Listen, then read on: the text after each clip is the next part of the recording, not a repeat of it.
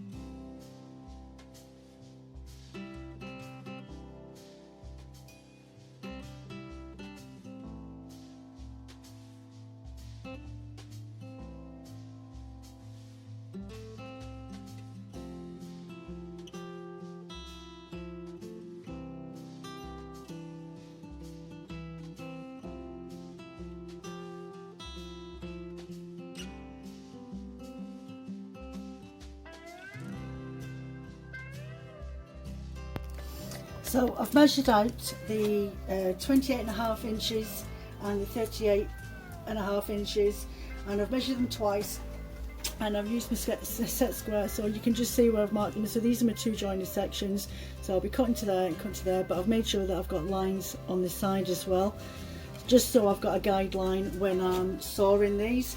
So I'm going to flip it over, so because I'm right-handed, so I need to see the lines from my visual view, and I'm going to use my saw and get these going. This is a really quick saw.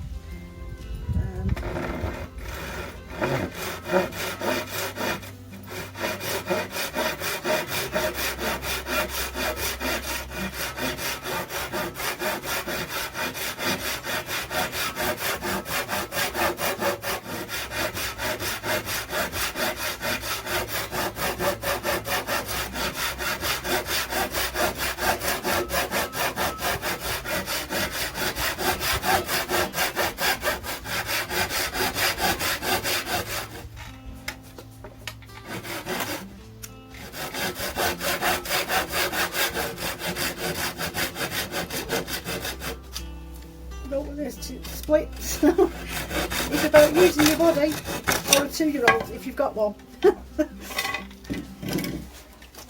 So the next one,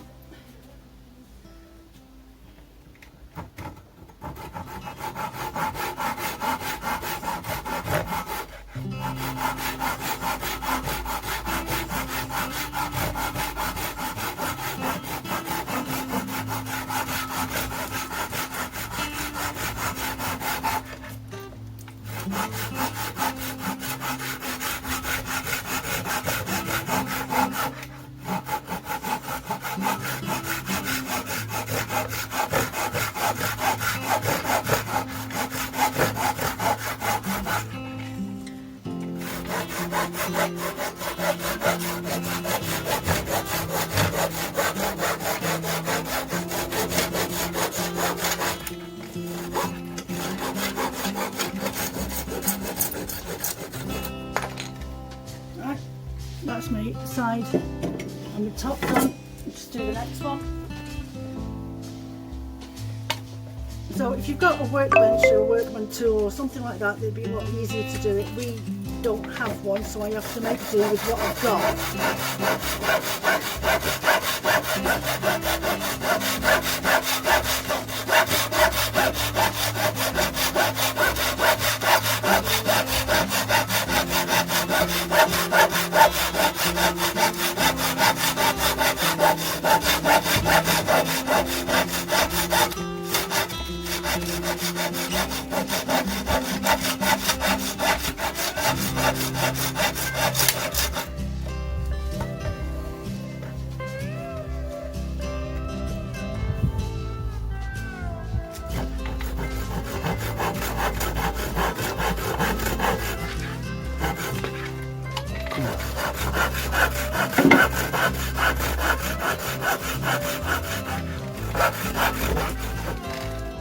Obviously there are men around if you have one. If you don't, use a clamp. I do have a clamp, I left it in the workshop.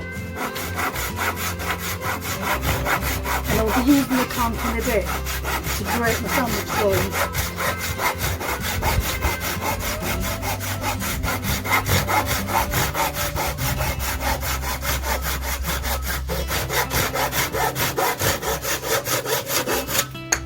There we go. Thank you, human.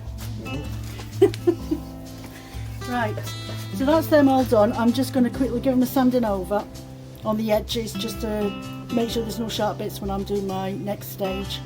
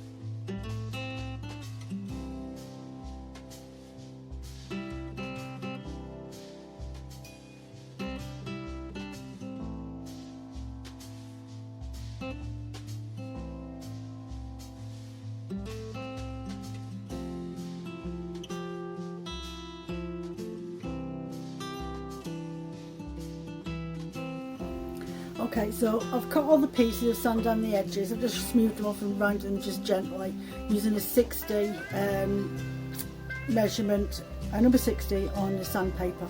So it's one of the roughest ones you can get. So next what I've done is, because I know that the diameter of this is 18 mils, I want to create a sandwich joint. So what I want to do is saw down to this mark here, and then cut through this line all the way through, and then I'll end up with a chunk missing out the top, and then do that with the other ones so I can sandwich them together. But what I've done first is pre-drilled in a hole the diameter of the bolts that I want to use, so that once I've cut it, I've already pre-drilled it. I feel that if I was to cut out the wedge that I need to take out first and then drill it, this piece of wood that's left behind will be quite thin and flimsy, so it may split and break. So I just wanted to avert any type of disasters beforehand. So what I've ended up doing is getting the blocks that I had left over, and I've measured from there to there, and then drawn the line across for the same width, because it's the same dimensions. I want that to crisscross over on top of each other anyway, so that's what I've gone with, is making a rule and a measure, and then I've measured through and I've used my set square all the way around, just so I've got a constant guideline as to what I want to do. So when I did the other one, I just rested the pre-drill, because I worked out the center that I wanted them, so that when I go to drill, push the bolt through at a later time, then they're all going to be sitting central to each other, and there shouldn't be any maladjustments in there. There shouldn't be any offsettings of the centre, and that they're all perfect to each other. So that's what I'll do with these other two. Sit these on top so that they're all sitting perfectly centred to each other. Maybe the odd little, I might have to go back in with the drill and just give it a little wiggle around. But that's what I'm going to do with these two other pieces now. So I have got, my bolts are, where are they? They're an M6 and 30 length. So the M6 is the bit that I need to think about for my drill bit. So I have one I prepared earlier.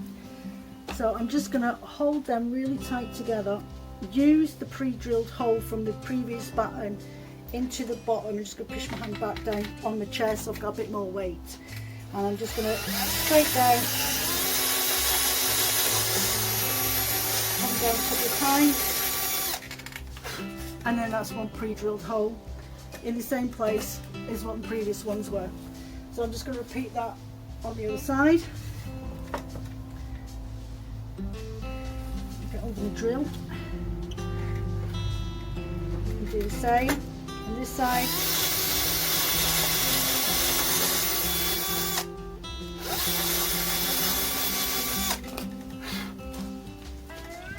And I'm going to do the same with the other one.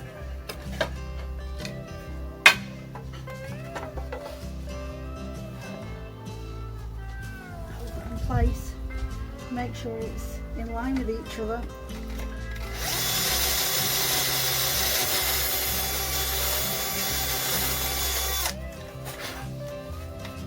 Same on the other side.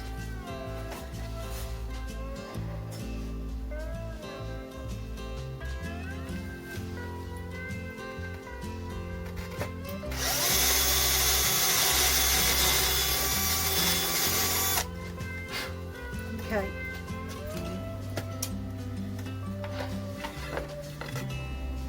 Put that to one side, because that one's finished. So now I need to get my sandpaper and just give these a quick buff over on the bits that I've just drilled through.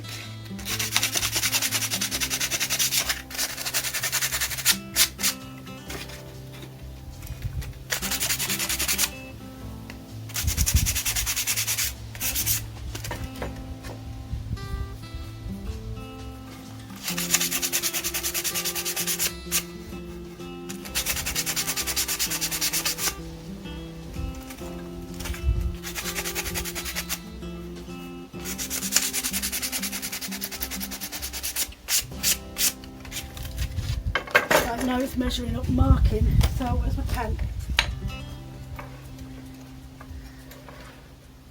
So I'm just gonna, I'll do one at a time actually, move that back a bit so I can see what I'm doing. So I'm just gonna get this block and I'm gonna measure it right up against the side and pinch it down and mark a line as to where that is. And then I'll go over it with my set square and just double check that all my lines are straight as can be, and then do that side there.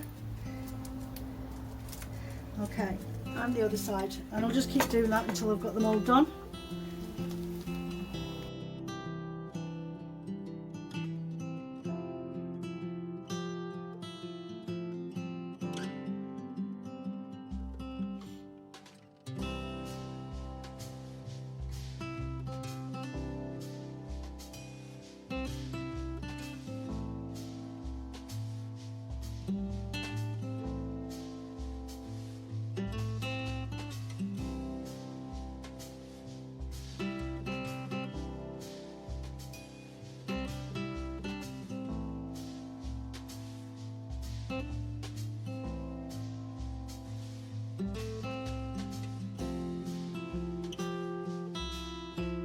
So what I want to do is make sure that I have 9 mils because it's an 18 mil.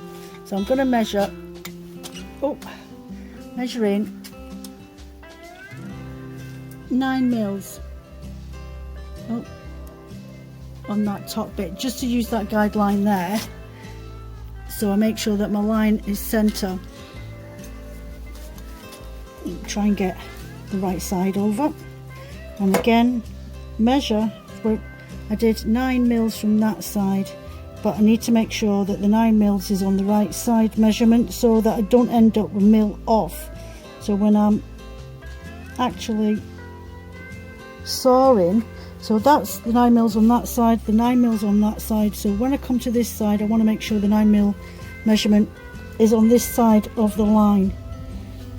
So there we go, just in there. And then I'll use my set square to make sure I get a straight line up there. I'll leave that top bit till I've got to this side and make sure that's straight. Just off a bit, 1 sec. Over there, and then I'll make sure that that line on this side correlates with this line on this side, and then, because those crikey, use my feet to mark it, hold it in place.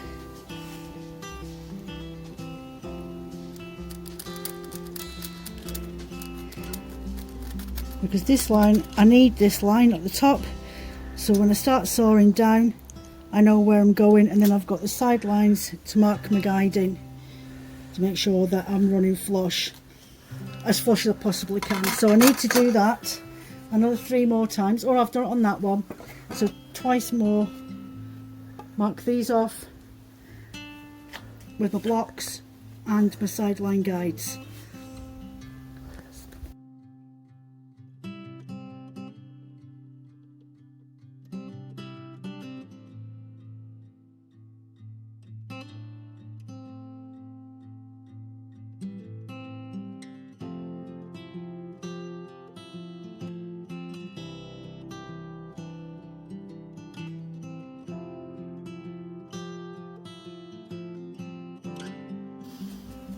Okay, so far you've done your pre-drills, you've done your measurements, you've cut all your pieces out. Now this is down to the hardware. This bit needs a bit of elbow grease, okay? So what I'm doing now is I've already cut along the line on the front there, down to the red marking lines where the centre is.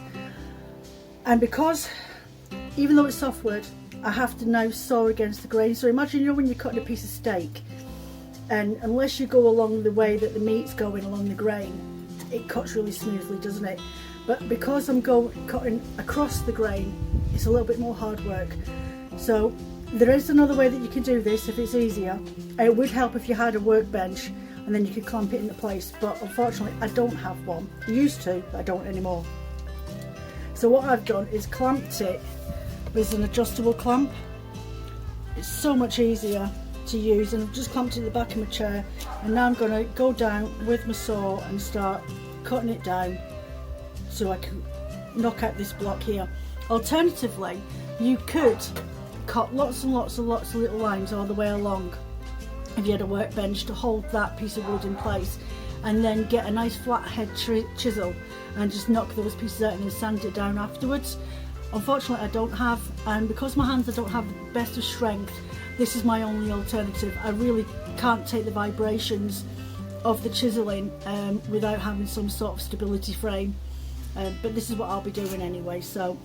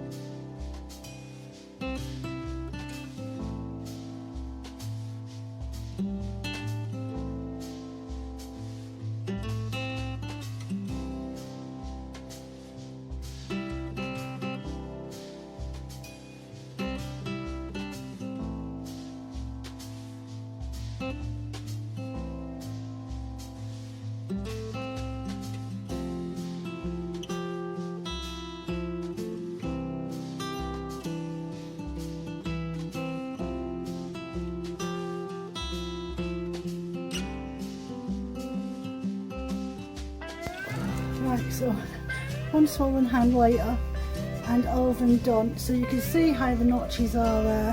So you end up with these little bit square biscuits that you just take off and keep them, because you never know when they'll come in handy another time.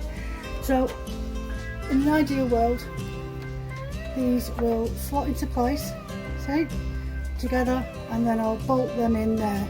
So what I've got to do next is just give them a quick light down sanding, and then the next bit is to mark out where I want my dowels to go in, because there's a specific way that I want to do them. I want my top bar and my bottom bar to be my start and finishing for my crossing ends on my warp.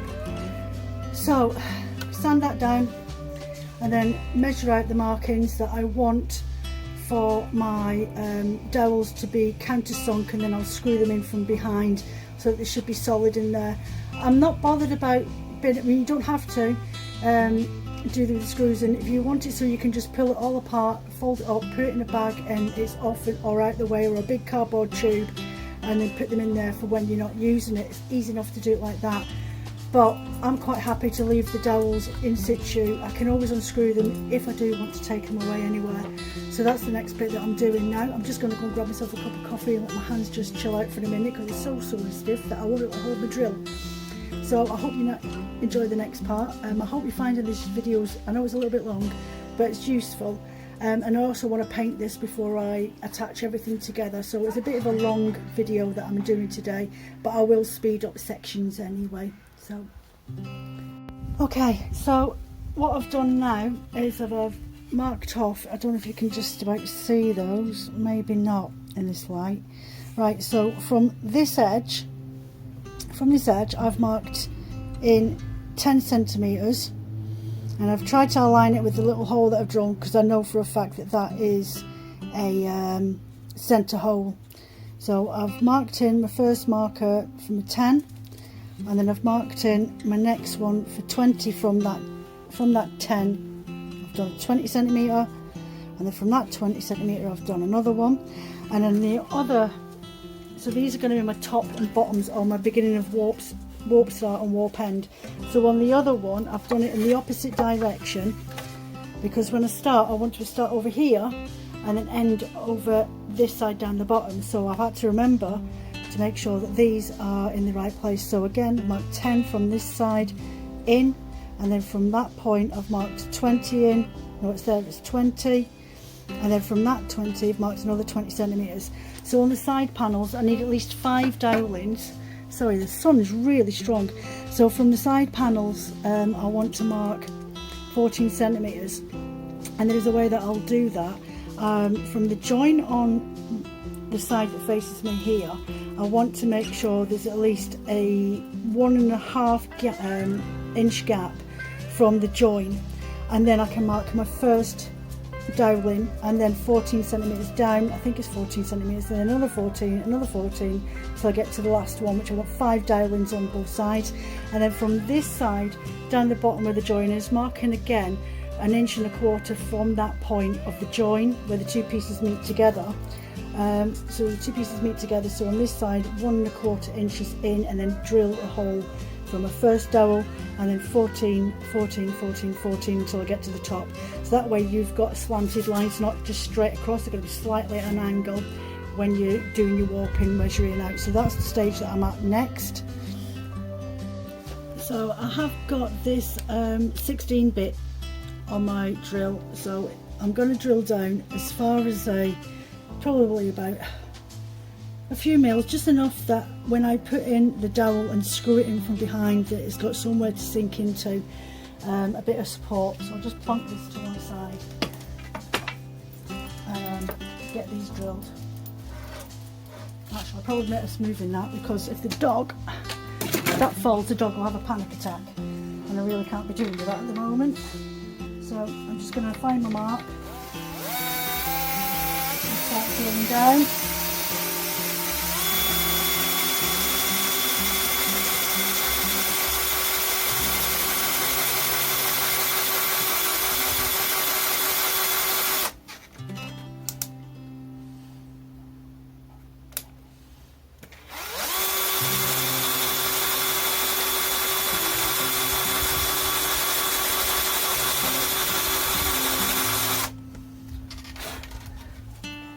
I've literally, I don't know if you can see, so there you can see where I've countersunk just a little bit, enough for it to hold stability. It's quite hard to do it with this drill. Probably need to fill my battery back up, but I'm just going to do these other ones, and then what I'll do is I'll get my drill and I'll screw through, drill through there to the back, so that when I'm putting my screws in, then I've already got a inset hole ready, a pre-drilled hole ready for that. So the next one,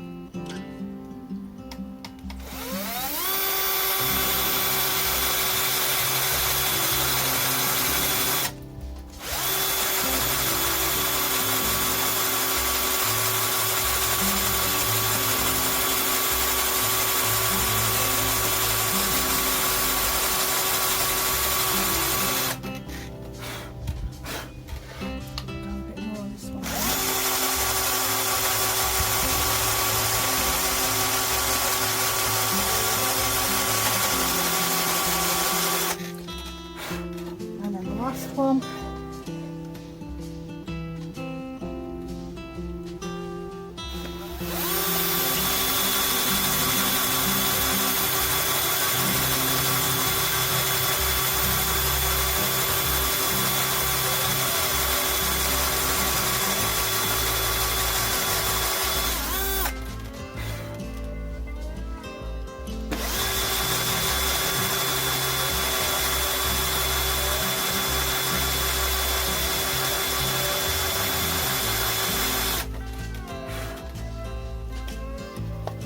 Okay, so that's then done.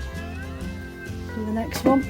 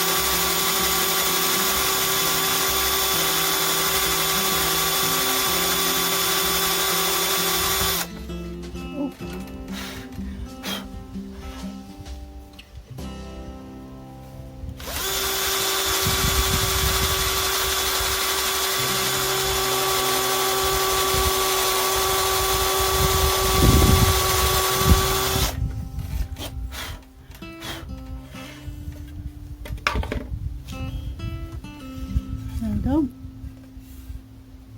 So I've just got to do that another 10 times on the other side, measure up my holes, and then see where we are from there.